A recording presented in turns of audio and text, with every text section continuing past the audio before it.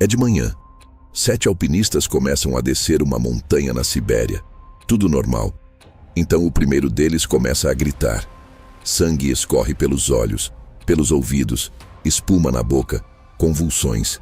E em segundos ele está no chão, imóvel. A líder corre até ele e começa a ter os mesmos sintomas.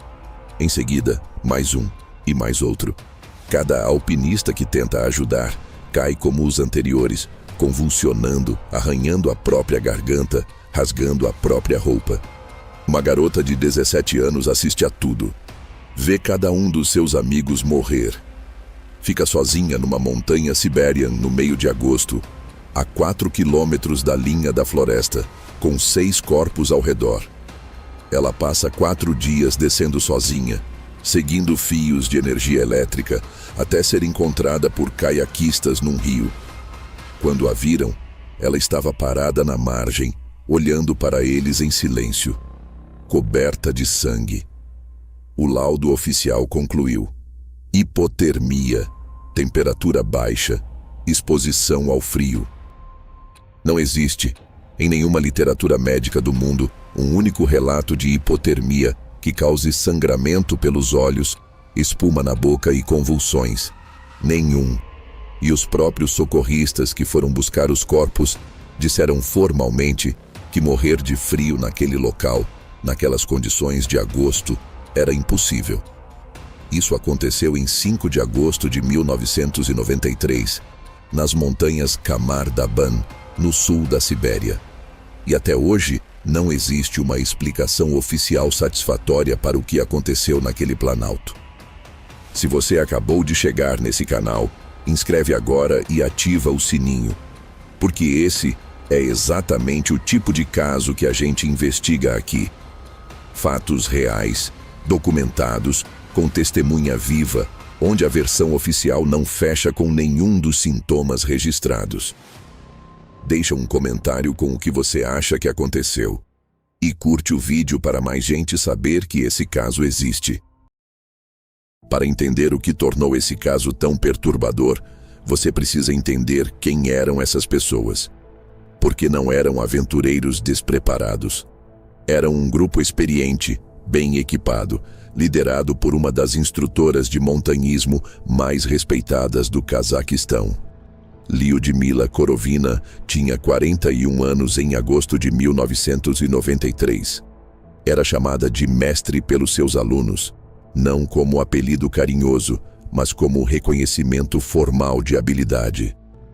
Havia passado décadas explorando as montanhas siberianas, aprendeu a rastrear e sobreviver no interior com o pai caçador desde criança e tinha construído uma reputação sólida como instrutora que não apenas ensinava técnica, mas ensinava os alunos a pensar sob pressão.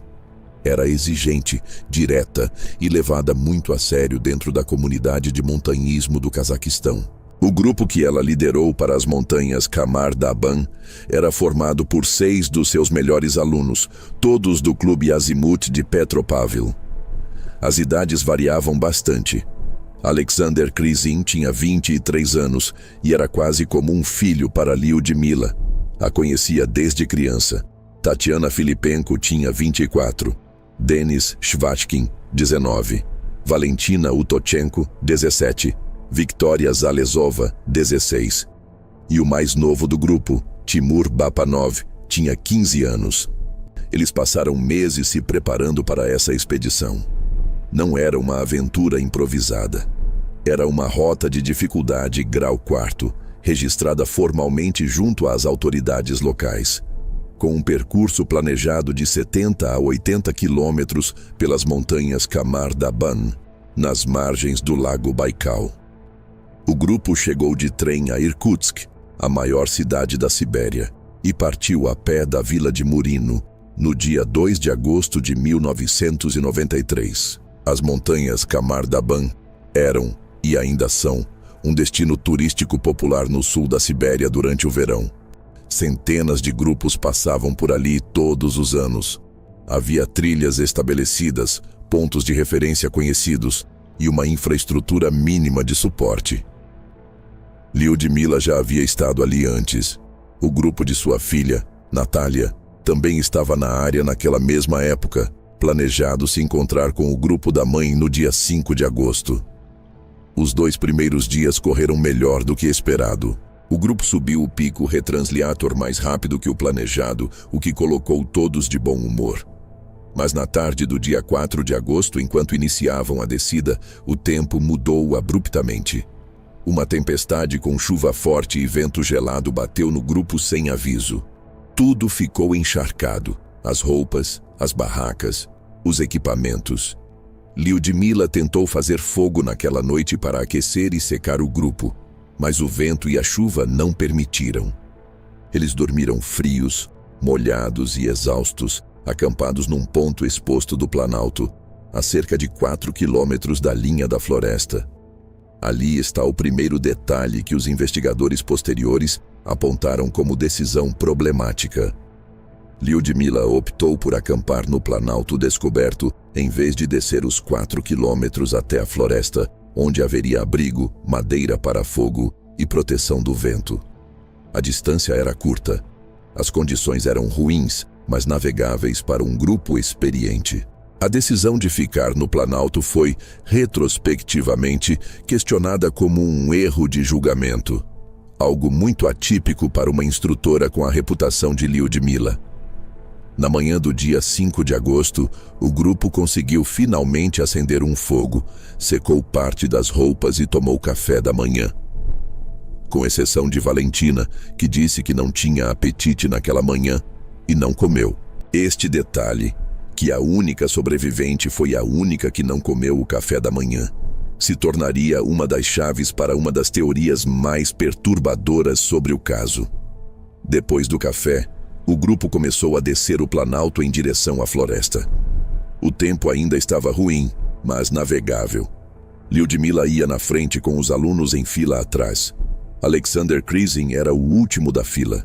E então, a poucos minutos depois do início da descida, a uma altitude de aproximadamente 2.300 metros, Alexander começou a gritar. O que aconteceu nos minutos seguintes foi narrado por Valentina Utochenko em seu depoimento à polícia em 1993 e revisitado por ela numa entrevista em 2018, a única que concedeu sobre o assunto nas 3 décadas seguintes.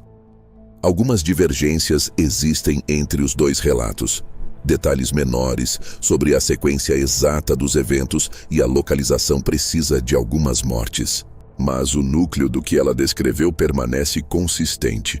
Os sintomas eram sangramento pelos olhos, pelos ouvidos e pelo nariz, espuma na boca, convulsões e colapso fulminante.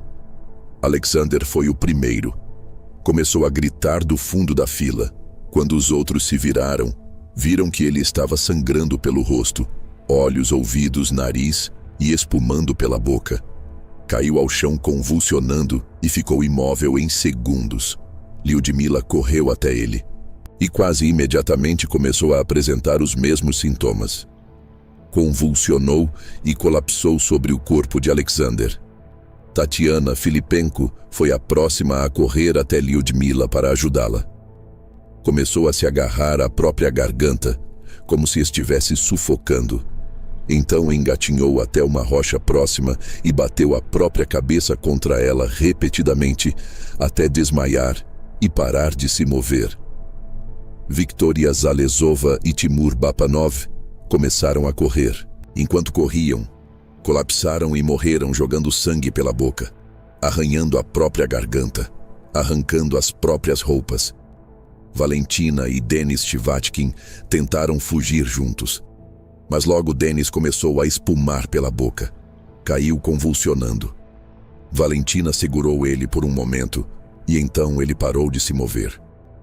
Valentina estava sozinha, com 6 corpos ao redor, no meio de um planalto exposto na Sibéria. A 4 quilômetros da floresta, sem rádio, sem telefone, sem nenhuma pessoa no raio de quilômetros. Segundo seu relato, ela desceu em direção à floresta e montou uma barraca ali para passar a noite, esperando que os mesmos sintomas a alcançassem.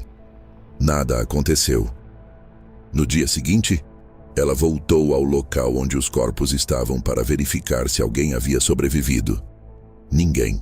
Pegou alguns suprimentos dos pertences dos amigos mortos e começou a descer a montanha sozinha, seguindo os fios de linhas de energia elétrica como referência de direção. Uma técnica de sobrevivência que Lyudmila havia ensinado. 4 dias depois, no dia 10 de agosto, um grupo de caiaquistas ucranianos que desciam um rio na base das montanhas avistou uma figura parada na margem, olhando para eles em silêncio. Quando se aproximaram, viram que era uma adolescente coberta de sangue seco. Ela se jogou nos braços de uma das mulheres do grupo e chorou por um longo tempo antes de conseguir falar. Levaram Valentina à delegacia local. Ela deu um depoimento inicial, mas não conseguiu elaborar os detalhes por vários dias. Estava em estado de choque severo. A polícia registrou o relato e iniciou as buscas.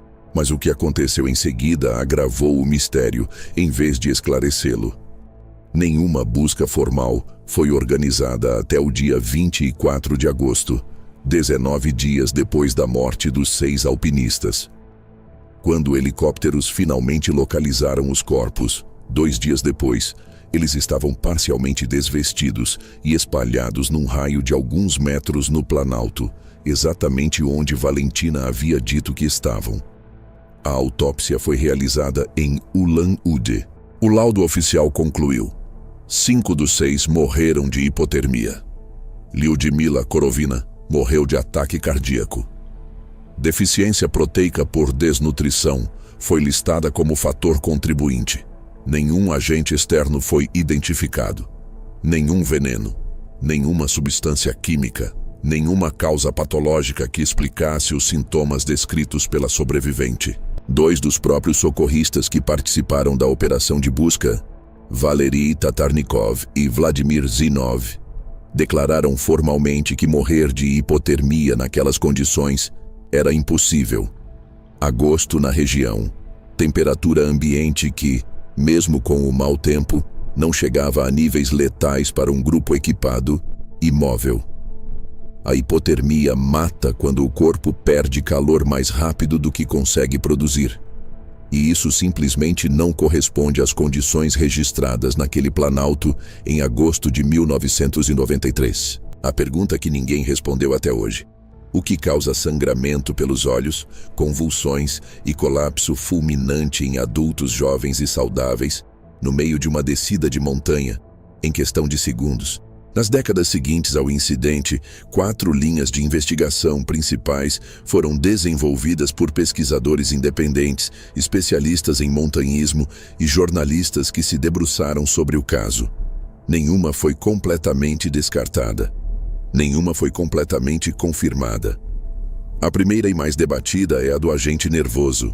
A região de Kamardaban ficava na vizinhança de instalações militares soviéticas, onde, segundo documentos posteriores à dissolução da URSS, testes com agentes neurotóxicos foram realizados durante os anos 1980 e início dos anos 1990. Entre esses agentes estava o Novichok, um composto organofosforado 10 vezes mais letal que o VX e 20 vezes mais letal que o sarin, desenvolvido pelo programa soviético e que não foi completamente divulgado ao mundo até os incidentes de Salisbury em 2018. Os sintomas que Valentina descreveu, sangramento pelas aberturas do rosto, espuma na boca, convulsões, colapso fulminante, são clinicamente consistentes, com exposição a agentes organofosforados em doses letais. O pulmão contundido encontrado nas autópsias também é compatível com exposição a agentes nervosos, que causam dificuldade respiratória severa.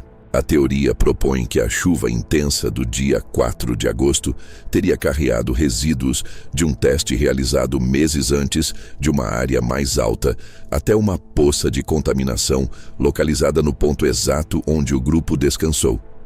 E que Alexander, sendo o último da fila, teria pisado ou inalado o agente naquele ponto concentrado. O problema central dessa teoria, e o que a torna impossível de confirmar, é Valentina. Ela estava tão perto quanto Alexander. Ela voltou ao local no dia seguinte para verificar os corpos. Se havia um agente nervoso concentrado naquele ponto, por que ela sobreviveu?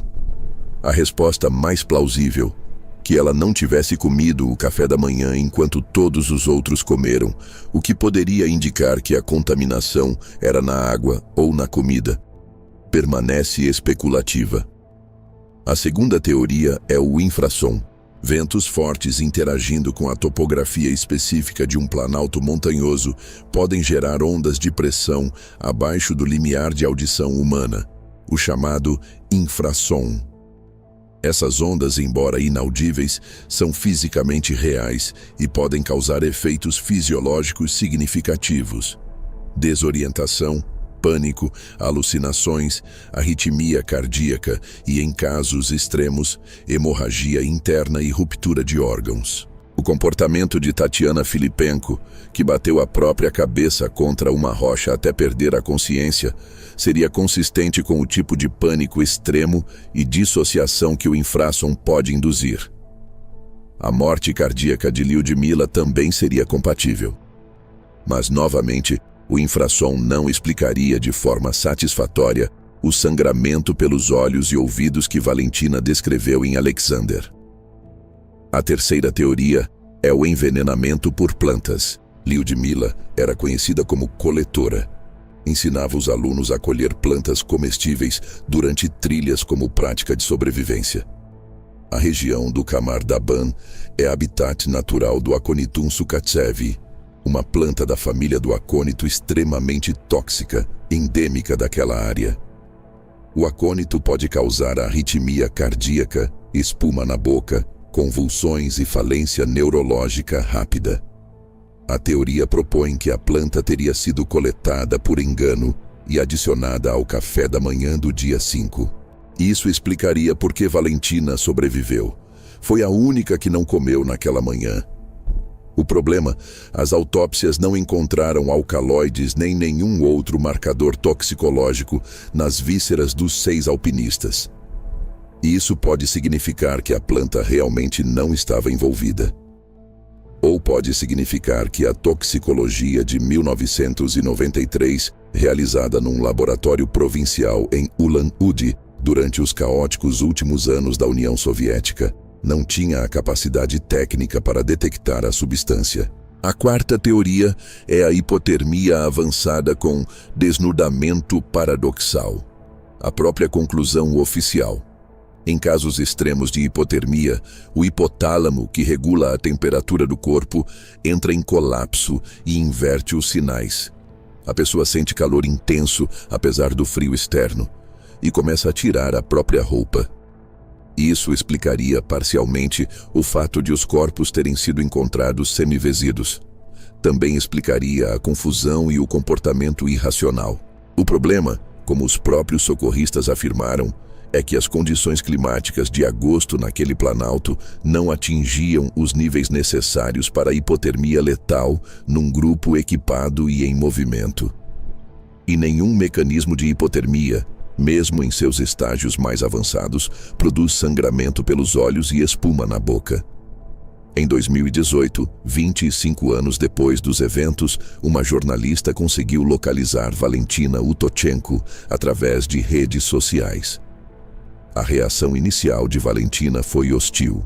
Ela perguntou por que a jornalista estava ressuscitando aquele pesadelo. Disse que tinha mantido o incidente em segredo, até mesmo do próprio marido. Mas, eventualmente, concordou em responder perguntas. O que ela disse na entrevista confirmou os elementos centrais do depoimento de 1993, mas com uma diferença. Ela afirmou que seu relato inicial de 1993 tinha sido parcialmente impreciso, possivelmente por causa do choque. Não elaborou quais partes, e não deu nenhuma outra entrevista depois dessa. Há um detalhe que aparece em algumas versões do relato e que nunca foi esclarecido. No dia anterior ao das mortes, enquanto o grupo coletava raiz dourada no Planalto, uma prática medicinal comum naquela região, Valentina sentiu um cheiro estranho no ar que não conseguia identificar. Ela mencionou isso a Lyudmila, que disse que provavelmente era o vento trazendo algo dos campos. Esse detalhe, se verdadeiro, se encaixa melhor na teoria do agente nervoso do que em qualquer outra, mas está presente apenas em versões secundárias do relato, não confirmado diretamente pela própria Valentina em seus depoimentos oficiais. O que ficou é um caso que nenhuma autoridade investigou com seriedade depois de 1993. 6 pessoas morreram com sintomas que múltiplos especialistas afirmaram ser incompatíveis com a causa de morte declarada. A única testemunha sobrevivente passou 25 anos se recusando a falar sobre o que viu. E a Rússia, país onde o caso ocorreu, país que tinha acesso aos arquivos militares da região e conhecimento de quais experimentos haviam sido conduzidos naquelas montanhas no período anterior, nunca reabriu formalmente a investigação.